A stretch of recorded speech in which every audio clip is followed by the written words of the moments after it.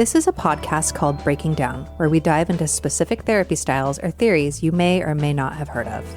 There's 3 parts. You'll learn theory, hear a demonstration, and we break it all down in the end. Today's episode is a little bit different. We are learning about the psychedelic integration process after a ketamine-assisted therapy session. All right. Hello. Welcome to Breaking Down. I am Jeff Guenther, licensed professional counselor. I'm here with Dr. Lindsey Lerner, licensed clinical psychologist and psilocybin facilitator. And we have a special guest. Would you like to introduce yourself? Yeah, I'm Dr. Bigelow. I'm a naturopathic physician, ketamine provider, and psilocybin facilitator. Happy to join you. Yeah. Thank you for being here. Yeah. So today is a special episode. Allie sat for me for some ketamine sessions, and we are going to be doing my psychedelic integration today and just talking a bit more about ketamine and psilocybin a little bit. Yeah. And the applications. Awesome. Looking forward to it. How would you explain psychedelic therapies and integration to someone who has never heard of it before? So psychedelic therapy is a therapeutic approach that weaves together psychedelic medicines like ketamine, psilocybin, MDMA, and intentional therapeutic support to help people access healing, insight, and meaningful change. When we talk about integration, that is the process of incorporating lessons and extraordinary experiences that come up in a psychedelic session into our day-to-day, more ordinary lives. There's a book titled After the Ecstasy, the Laundry. I don't know if you've heard of it, but it's a great title, and it's written about meditation, but the principle is the same. We may have touched into some timeless, expansive consciousness. We may have dissolved into the oneness of the universe. And then we go home to the very, very human responsibilities of caring for human constructed activities, paying bills, doing laundry, checking email. They're all still there. Yep. And how we integrate those two very different realities into our one being. And then moving forward, how do we use those experiences to make meaningful change in the ways that we're seeking in our lives? That was a very perfect, beautiful explanation of everything that's happening right now. Yeah.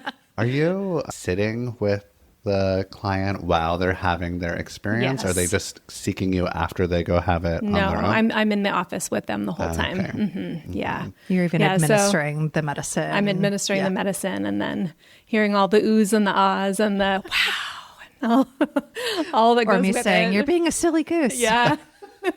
So I guess it depends though, like with ketamine, like how long is that session going It's usually an hour and a half or so of the actual medicine time, but they're in the office for 2.5 hours. Okay, so there's an integration right afterwards, and then there's a little preparation beforehand and a little integration afterwards as well. Okay, and then is there more integration later, There is. like a week later? And okay, Several days to a week, ideally within a week. We've been doing it a little differently because Lindsey's well resourced in that area too. So, but typically that's how we do it. Mm-hmm. Do you get bored when they're having their the medicine go through their body, or? No, I really don't. Yeah, because it's just you can feel it in the room. You know, there's something very special about being there. I mean, I can't say I've never been bored, but I love the honesty.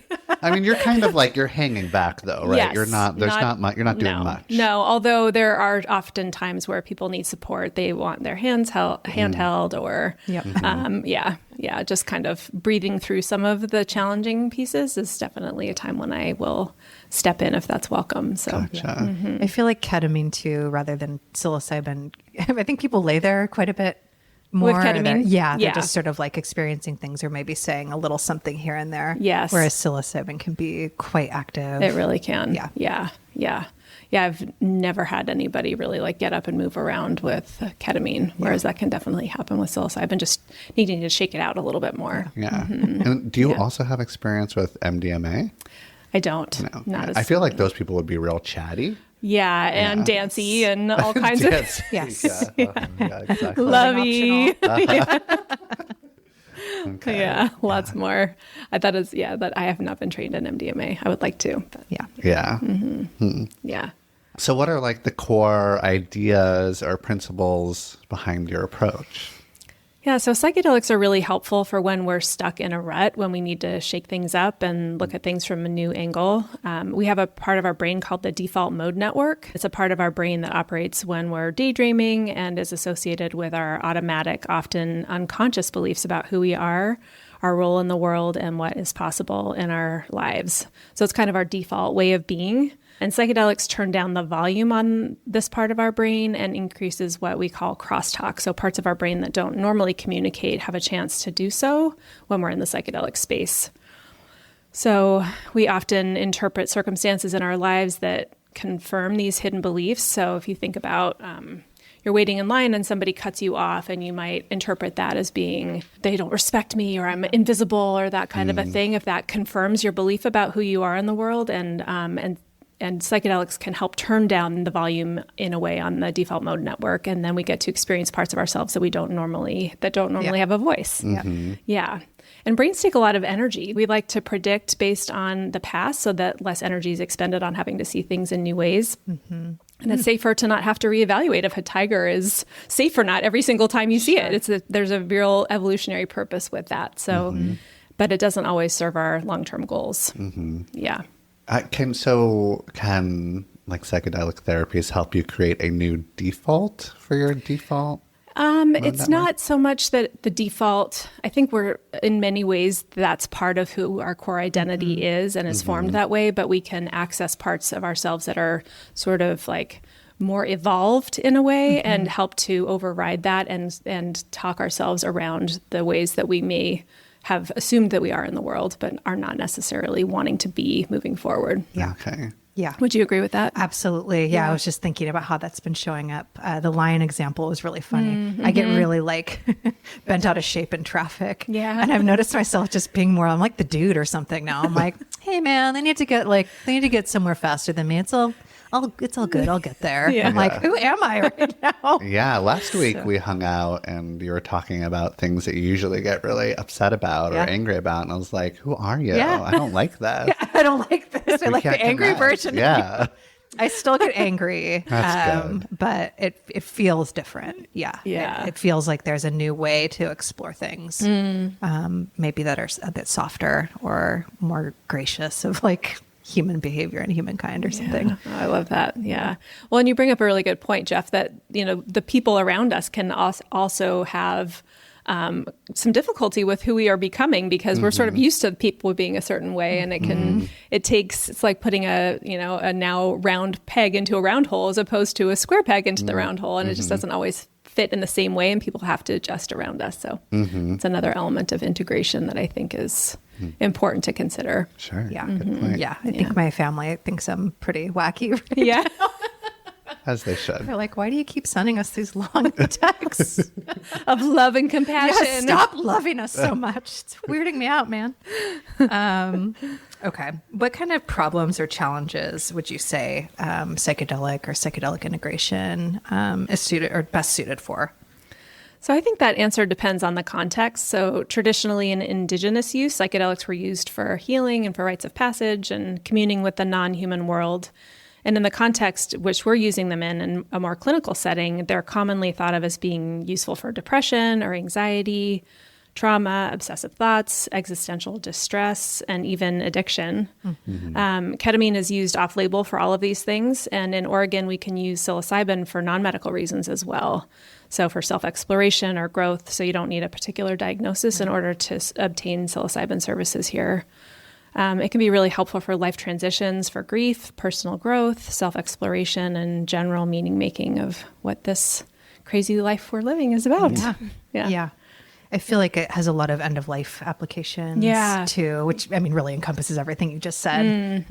But I was just talking about it with a researcher yesterday saying that, all these experiences are really good practice for dying. They are. Yeah, they really which are. Sounds morbid, but it does in some circles, but it's true. It's true because you're letting go of control and just being with whatever comes up and with whatever arises. And the more that you can do that, the more beautiful of an experience you can have. Yeah, that surrender piece is so important. I have like a really, a specific belief system about like mushrooms versus ketamine. This is just totally made up. Yeah. But I think maybe other people might have it. And I'm wondering if you've ever heard it before or if you've ever heard it before. Sure. Where it's just like, if like Lindsey is telling me about an experience that she had on like psilocybin and mushrooms, I'm just like, ooh, I'm taking this very seriously. It's organic. It comes from the earth. But if you're telling me about something like ketamine, I'm like, okay, created in a lab. Yeah. Like, and I'm like, I'm not believing. I'm just like, that is just a drug trip. That's crazy. But like mushrooms are alive and telling you something. Yes. Does like ours is like a psilocybin trip more legit than like a ketamine trip? It's interesting that you brought that up, because after my very first ketamine session, I went to the person that was the doctor on staff, and I was like, "Where is the spirit of ketamine? Like, So I understand that. I'm a naturopath. Like, I'm an herbalist at heart, and so I very much relate to that.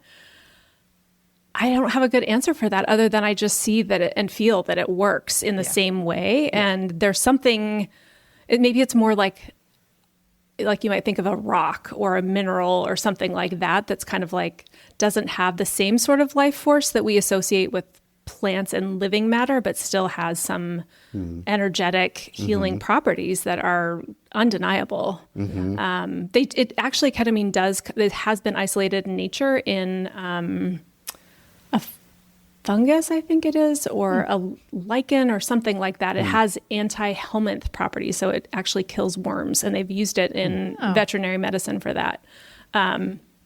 So it is naturally occurring. Ketamine is found in nature, that's always reassuring too. All right, that makes it a little more valid. Yeah. I was a skeptic too before going. I was like, oh, it's not going to compare, and it doesn't really. It compares in some ways, but it also doesn't. And but I have been blown away at how deep I went. To me, they're all portals to something deeper, and I'll just leave it at that. Okay. The whys are harder to get to, but the hows or the fact of them is really true. Yeah, absolutely. So you talked about a lot of situations that it could be suited for. What are situations where it's like very much not suited for? Yeah. So if somebody doesn't have stability in their nervous system, especially, then these experiences are often not helpful and can also cause harm for sure. Shaking the foundation of someone's worldview or self-concept, their cosmology, even when they don't have basic stability in their lives or in their nervous system, can be harmful. Also, if their sense of self is already too flexible, like in schizophrenia, someone like that might not be a good candidate. Psychedelics are inherently destabilizing in some way, and that's part of what makes them work. But we want to make sure that people have a foundation and a context in which to incorporate that before we shake things up too much. Makes sense. Yeah. There's certain medications that are contraindicated for... Oh, because they get in the way of like the experience. Yeah, or they can be risky if, they could cause serotonin syndrome, or like in Oregon, we can't prescribe or use psilocybin with people with that are taking lithium within the last 30 days, things like that. So there's certain mental health conditions that make it more risky. Yeah. Although I found it interesting that people who have a bipolar diagnosis can use ketamine. Yeah. Right. Yeah. More so, it's better suited in the depressed state. Right. Right. Yeah. But psilocybin, most people sort of say, no, maybe not. So, yeah. That is interesting. What drew you to this kind of work? It's your story. Yeah. So I have a pretty cliche first experience with mushrooms. I took them for the first time when I was 15 at a Dead show. And amazing. I know. I dabbled in various psychedelics throughout my teens and 20s, but my interest eventually waned because I was having enough unpleasant experiences, as many as pleasant ones. And looking back, I think it was really about the environment that I was in and the setting that we talk about. I had a number of times where I was out and about and I would get overstimulated and, or paranoid that the cops were coming or something like that. And then also had a couple of experiences where I would lie in bed or in a more quiet and contained environment, and those always went better for me. And so I think that was kind of like the seed of facilitation that I was planted back then. And eventually my use faded as I got older and went to medical school, became a mom. And then throughout my career as a naturopathic doctor, I've worked with numerous people with complex chronic illness. And it's become clear to me over time that almost without exception, many of them had traumatic events in their past that often preceded the onset of their symptoms or their disease. And if there wasn't a capital T trauma, almost all of us have little t trauma, those experiences that might be more like benign neglect or being teased about our appearance or not feeling like we belong, or just not being allowed to be who we are as our authentic selves. And psychedelics like psilocybin and ketamine allow us to access those deeper aspects of our being and give us a chance to examine those parts of ourselves and have compassion for ourselves and for others in our lives, and to re-envision ourselves away from those patterns for a time. So it felt like the perfect blend of naturopathic medicine, kind of getting to the root cause of what people's existential distress and dis-ease is about. So, yeah. Just light things like that. Light things, yes. Yeah. And it cuts the bullshit for me. And I love that about it all. It's really like, that's where that's what feeds me. So, And that's what I love about people and, our community of facilitators and psychonauts and stuff too, is just no bull. You walk up to someone you've never met before, and within 5 minutes you're like, what do you think the meaning of that? Yeah. It's like amazing. Totally, There's no bullshit. Yeah. I love that. Yeah. Sounds really heavy. Heavy and beautiful. It's beautiful. Yeah. It doesn't feel heavy to me. It feels deep. It feels deep, but not. That's a better way to put it. Yeah. What do you feel like is like the most misunderstood aspect of like psychedelic therapy and integration? I think one of the biggest misconceptions about psychedelics is the one and done approach, meaning that people think that if they have one psychedelic journey and they have a big insight or epiphany about what they're working with, that now they're done, that's all they have to do. And they seek that out. And it can feel true even in the days and weeks after a journey, but unless there's really a focus on integration, then it's easy to revert back to old habits and for those insights to still be there, but for life to look pretty similar to how it was before. And I think another misconception is a go big or go home mentality. Oh, yeah. I've seen some really profound insights and big experiences at what would be considered small doses by a lot of standards. And there's just so much variability between people and their sensitivity to medicines. And so people's nervous systems don't need more overwhelm. And so I like to start low with people and work up from there. Yeah. Yeah. I think too, if you've had really big experiences before, sometimes then you don't need as much to really get there. Yeah. You just sort of sink right in. So Yeah. yeah. What is a key principle from psychedelic therapies that people could apply in their daily lives, even if they have never engaged in psychedelics themselves? Well, I think the techniques that we use in integration are available to all people, regardless of how, if they've had a psychedelic experience or not. So, present moment awareness and mindfulness is they're practices that are accessible and free.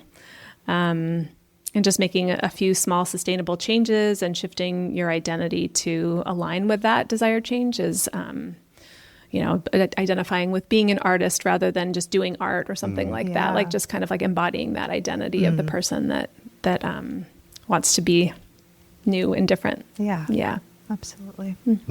Are there any criticisms about the approach that you actually agree with? That's a good question. No. I can't think of one. Right out of the water. Yeah. Lindsey, are there any criticisms that? Not that I can think of. There are a lot of criticisms of it. And it's based out of fear, fear and misunderstanding. And, I think we do hear the horror stories. And I even have my own horror stories, but that doesn't stop me. I'm trying to think of common criticisms. I think that it's sort of, risky, or that it's a hippie, a hippie thing. We're just a bunch of hippies, which maybe we are. But, I think people don't take it seriously sometimes, or people feel threatened by it. I know a lot of people in the therapy community can feel very threatened because they, you hear things like, it's like having 10 years of therapy in one day. And for people that don't understand it, they're like, oh no, I'm out of a job, or that can't be true. So I don't know. I'll revise my answer. I think the spiritual bypassing piece is a valid complaint. Or criticism. I think that it's easy for people to just continue to seek after the medicine too, and not really do the integration work. And we certainly know that there's plenty of people in higher positions in our society that have done plenty of psychedelics and are not necessarily better people for it. So I think that can be, that's a valid risk and concern. Yeah, I think so. Okay, last question. If you could rebrand this, or maybe call it something different. Or change something about it to make it more accessible. Well, I think certainly accessibility is a big thing that I would change, of just making it less about I mean, how big are we talking? Like, can we talk about like not, I would rather not charge for it. I would rather have all of my needs met and have everybody else's needs met and be able to like have people have healing. But that's, that's because it's a pretty pricey therapy. It can be. Yeah, it is. And I think, especially with psilocybin, there are a lot of inherent costs in doing business in Oregon that are in the way. And one thing that I think is interesting, I read recently about the Oregon model, how because we had decriminalization, like that Measure 111, I think happened at the same time as Measure 110, we got this, like that was an okay model. But then when we went from having legalized psilocybin, but then everything else was decriminalized outside of that, it became only possible for people that could afford to pay those extra fees. And then everybody else was like eligible to go to jail kind of a thing from it. Whereas at least in places like Colorado, there is a gift, gather, grow option and things like that. And so it makes it available to people that can't afford or don't want to have, a service center type of experience. So that's probably where I would go with it, is just making it more accessible to people that that can't afford to pay the higher fees. Yeah. I think too, as we're thinking about accessibility and scaling up, and as the legal, status changes of certain medicines, my big fear is that it scales up in a way where people just show up, they take the medicine, they're sent on their merry way. It's a very Western model.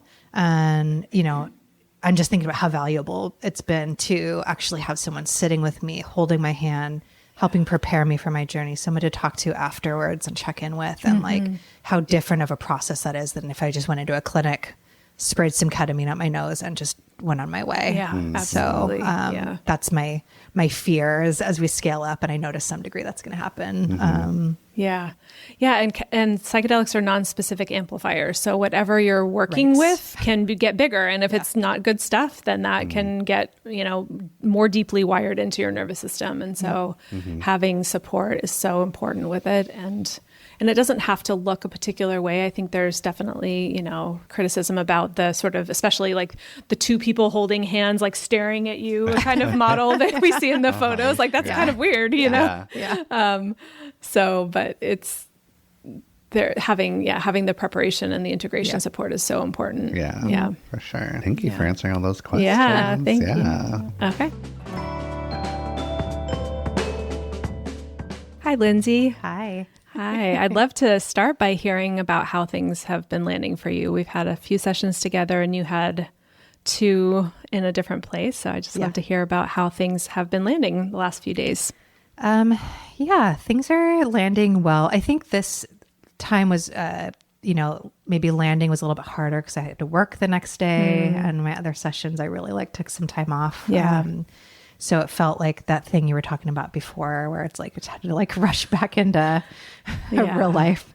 But I did notice sort of my pace slowed down and I felt more present. Okay. And I could actually really feel like after my work day, the day after our last session, I was like, oh, why did I do that? It's over. Yeah. And I'm glad it's over because I'm just really tired. So I just let myself really rest after that. Yeah. And then yesterday I had some meetings with people, but they were all really fun and nice. So, good. Yeah. And how has your sleep been? It's good. Is it? Yeah. My sleep is really good. Normally the day of my session, my sleep is not so good, but I conked out that night. Yeah. So it's not it's the Zofran. Oh, you think so? The Zofran. Yeah. And luckily it was just for a day this time. But my body really does not like that. Oh. The Zofran, but it feels worth it to not, have the nausea, not be nauseous during sessions. So yeah. And how did you spend the rest of your day? That day I just came home and I rested. I did a little bit of writing, and then it was my birthday. So that's right. Yeah. So we went out for dinner that night, and it was funny because it'd been several hours since my session. Yeah. My depth perception is always a little off afterwards. And I went to pour a glass of water for myself and I was like, I've got it. And I just exploded all over the table. So that was funny. But also, the other things so we went for a walk and we walked past the place that I gave birth to my daughter. Oh, wow. And it was just really magical. I felt really connected to my partner and just to the world. And even my connections with the, person that was waiting on us, at the restaurant were just so wonderful. Oh, that's so, really yeah. sweet. So it just felt really nice to take that day of just rest and connection. Yeah. Yeah, that reminds me of the image that you had of yourself in the bassinet. Which one? Oh, that day. That day, bassinet. I guess I was in a bathtub the other time. But yeah, that's how my session started was me in a bassinet, and I had all of the mothers that have ever been surrounding me, and they just said, "Happy birthday, baby." Yeah. It just felt really special. So and it was special. a really beautiful way to like make my way into our session. Yeah. Yeah. Well, that could be a good place for us to start is with that. Yeah. So one of the things that I'd like to do is to have you tap back into that in your body and see what that feels like. And then also kind of getting to the waterfall pice that we'll get to. Oh, yeah. Yeah. But finding that sensation in your body. So if you want to just start to take some nice, slow, deep breaths in and out.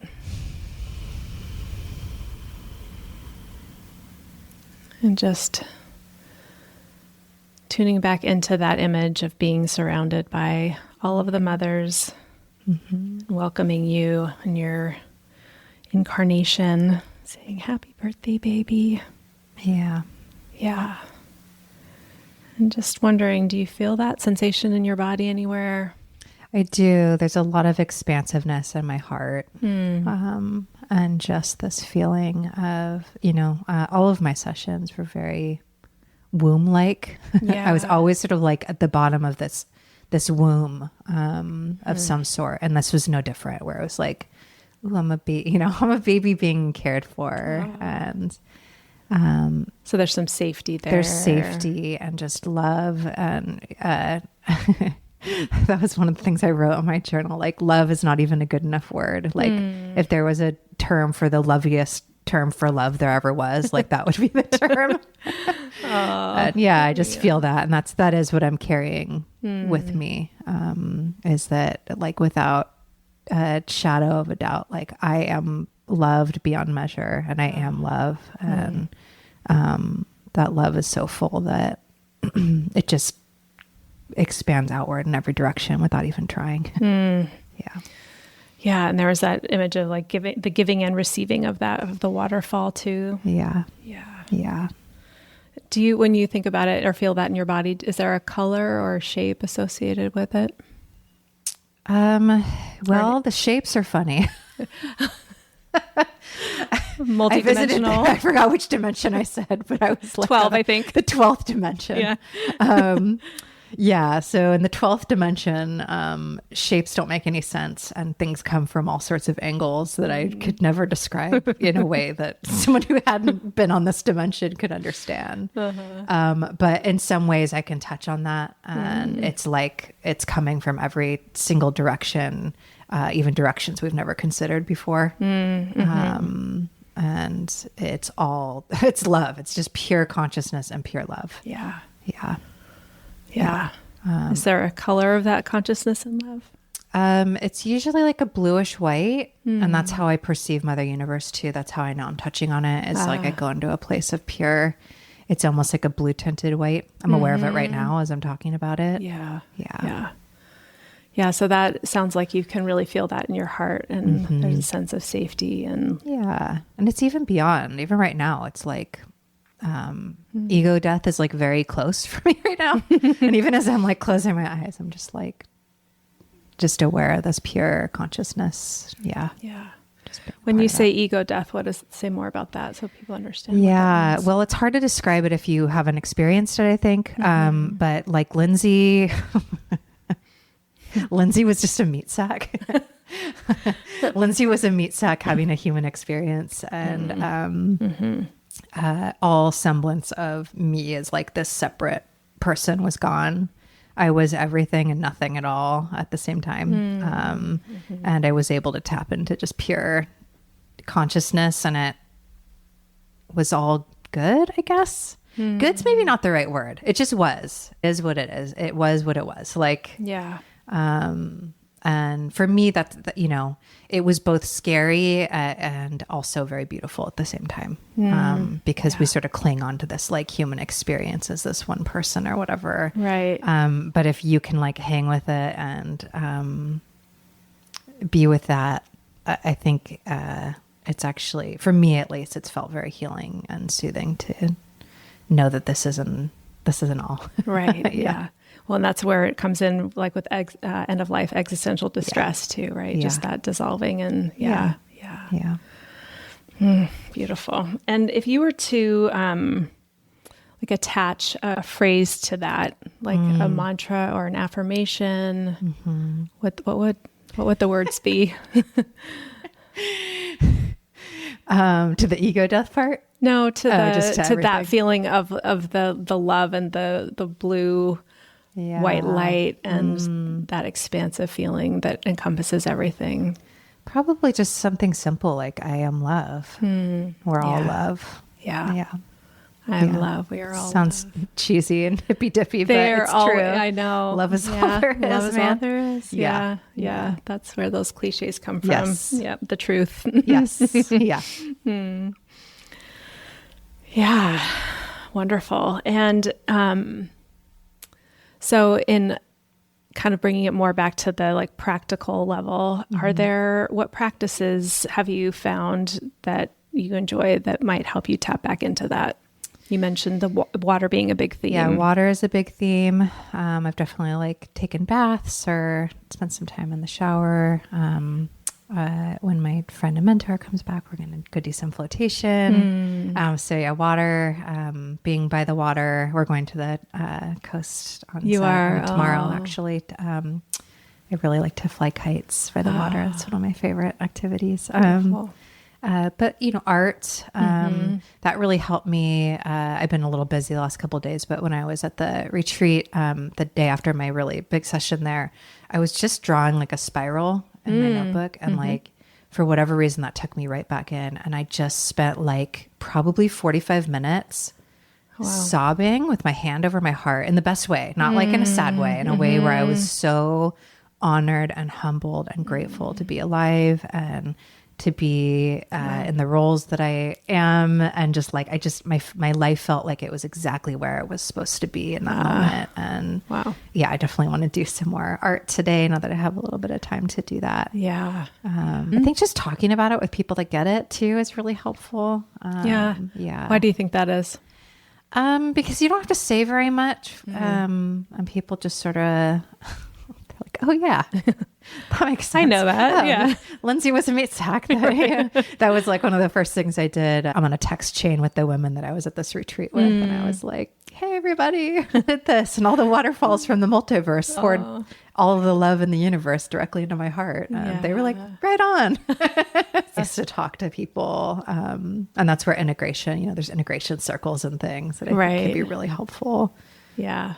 Yeah, I'm wondering, do you want to share more about that image? There was a really beautiful image that you talked about with the rooms expanding and the ability to kind of negotiate that as needed. So Jeff will love this because I was like, Allie, we're camping.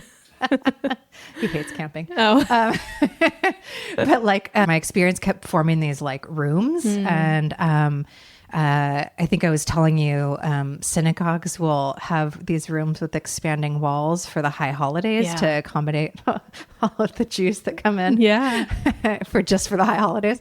And it was sort of like that, like the walls kept expanding and again, in all these different angles and directions. And I had this feeling of, oh my gosh, we're camping, where it's like I was camping under the stars, but I was camping from within the stars. If that makes sense. Okay. And like I would breathe, the music would change and the room would change shape to accommodate.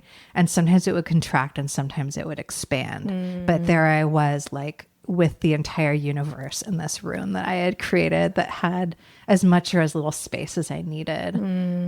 So that felt really meaningful too, because sometimes I do need a lot of universal love because of whatever I'm going through. Sometimes I don't need that much at all, but I have the ability to open myself up to that. Yeah. I almost immediately think about, how do I give this away?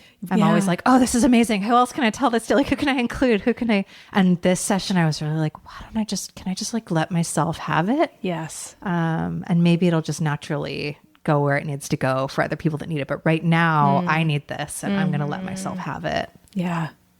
Yeah, that was definitely a big shift, I think, because you had mentioned before that you had been like, wanting to kind of let it flow back out. And this was all about receiving on this particular session. Absolutely. And Yeah. And what a beautiful gift for yourself for your birthday too, to have that. Yeah. And there's been sort of a push-pull too, with wanting to have my family be involved. It's like, sometimes I'm like, why am I the only one that's doing the healing? In the system, like, come on guys, come and join me. Yeah. And, so there's been a really gently unfolding of that where it's like, hey, I am doing the healing. If you want to join me, great. I'd love to meet you here. And if not, you're on your own paths, and that's okay. And I love you and accept you anyway. And I'm going to keep doing this really important, beautiful work. Yeah.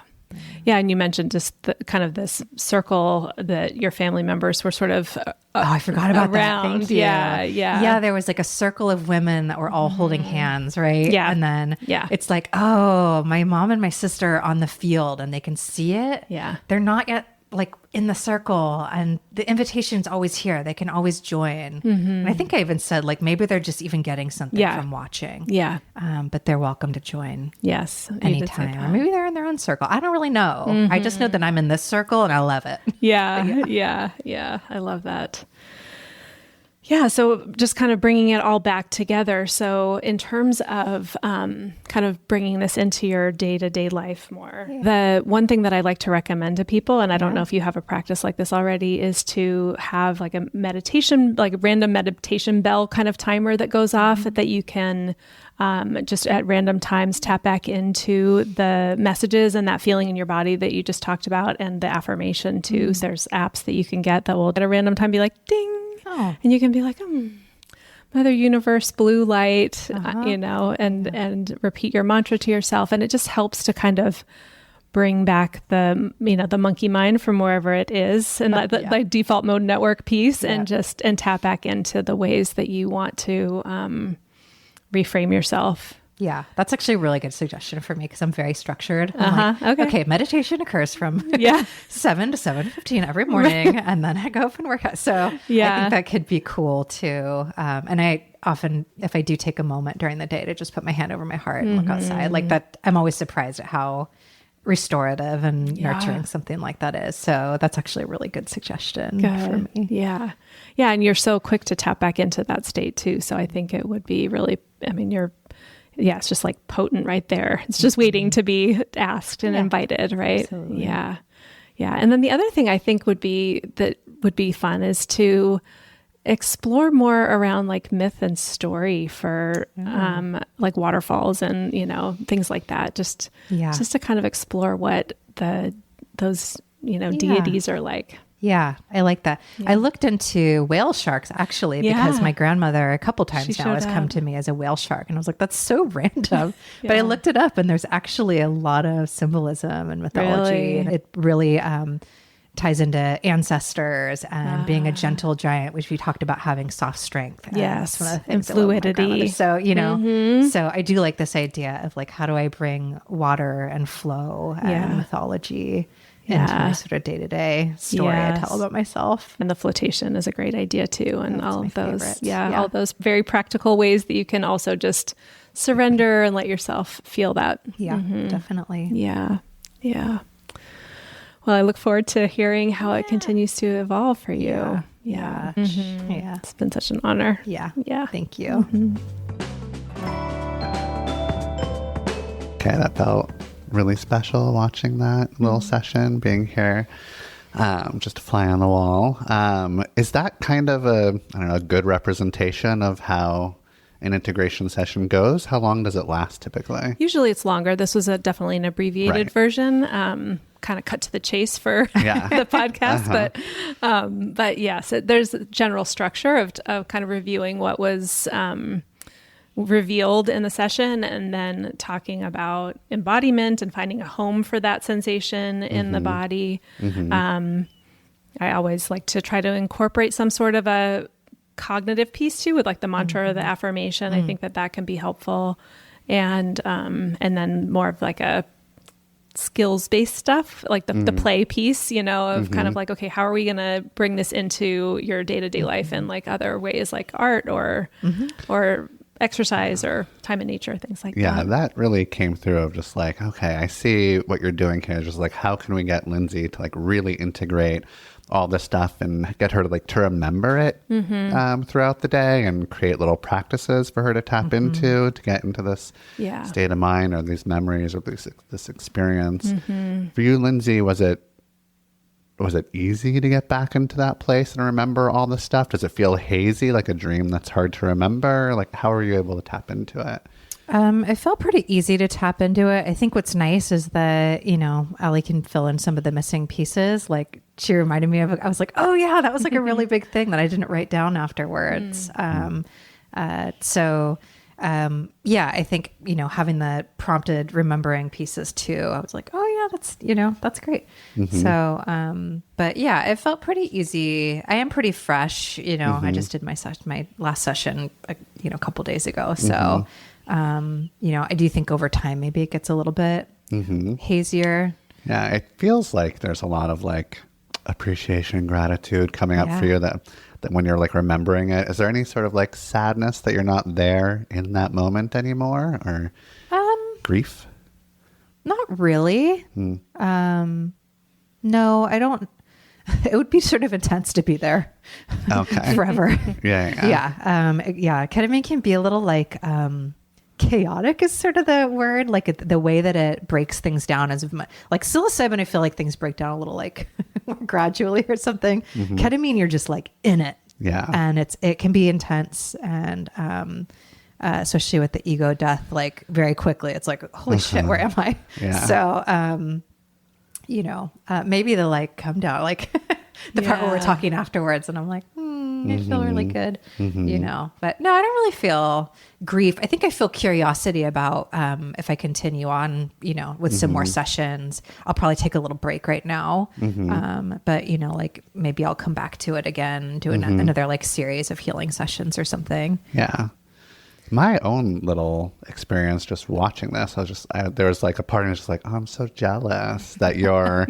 Come on in, Jeff. Yeah, but another part of me that's just like, absolutely fucking not. She lost her edge, I don't want to lose mine. Where's my Lindsey? So like that was just kind of like a funny thing. But there was one question that you asked where I think you were like, can you tell me about the color or the shape? Yeah. I mean, yeah. So what are you looking for there? Why are you asking that question? I think it brings it in different parts of the brain, and in terms of like anchoring it. And so having more of an image and a description of what that actually looks like, because as time goes on, that image fades. And so being able to kind of name it in a way that is, even if it's just a symbol, like maybe it's a tree for somebody or something like that. And they know that what that tree means, it's not just a tree. It's like, embodiment and rootedness and connectedness or whatever it is. And so having more descriptors around it is helpful to get people's brains to engage with it more and then feel it in their body wherever it is living. Yeah. Got it. Yeah, I think there's that level of ineffability too, where, maybe there's an experience, especially for someone who maybe hasn't experienced it before. Like if I was trying to describe the 12th dimension, they'd be like, what the fuck are you talking about? Yeah. Right.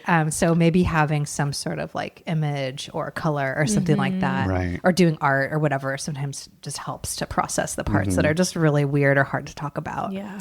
Well, I had a question about the 12th dimension. So when Lindsey is like referencing the 12th dimension, Are you like, oh, I know exactly what the 12th dimension is? Is that the right 12th dimension that Lindsey is experiencing? Or is that just her own personal wacky one? It's your own personal 12th dimension for sure. Yeah. It was hilarious. I wish you could have been there. It was hilarious. But I kind of, like I said, is it like Escher? And she's like, totally like Escher. Yeah, so I was like, okay, I kind of got it. Yeah. You follow your finger on the... I have this little like heart, like jingle heart thing that I carry with me, and I was like trying to trace my finger on the outside because I was like, I know on like the earth right now this shape makes sense, and my fingers were just like melting into different dimensions trying to trace this shape, and it was hilarious. I was like, what am I holding? No, I don't know that I trend towards.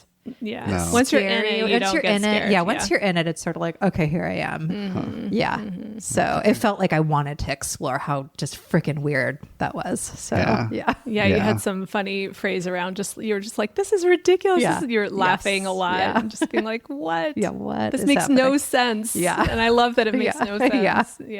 I think at the like beginning you were talking with like all the mothers there and them sort of like wishing you a happy birthday or something. Happy birthday, baby. Happy birthday, baby. That feels very like your birthday is actually happening, and like these and they're saying like happy birthday. It feels very like, I don't know, like they know it's your birthday. Yeah, like, of course they do. Really? It's me. There's something about that almost feels like that these are like spiritual experiences and beings that like think about the most crazy important existential stuff, and they're like, hope you have a good birthday. There's just like it's very sweet. And well, it also like, I mean, maybe I didn't talk about this, it's also very meaningful because I've felt very like neglected and forgotten in my life, and most of my birthdays in my life I have cried. And it felt like, hey, you deserve to be celebrated. We're so glad that you're having this human experience. Like, you're so amazing. We're so happy you were born. It was a feeling like that, and I was able to just hear it and receive it, which feels very big. Yeah, there's something so protective too, I feel like, about the bassinet of just being kind of like contained and then but surrounded with love and and just celebrated. The integration session feels very like accepting and loving, and also very like practical. Like, what are you going to do? How are you going to remember? How are you going to tap into it? And since this was sort of like a little truncated integration session, I'm wondering, like, I don't know why you would challenge her on anything, but is there, or do you sort of kind of like push against or challenge things if like Lindsey is having some sort of, I don't know, interpretation and you're like, that feels, I don't know, icky, wrong, the wrong way. I don't know. Do you ever sort of guide her in a different direction?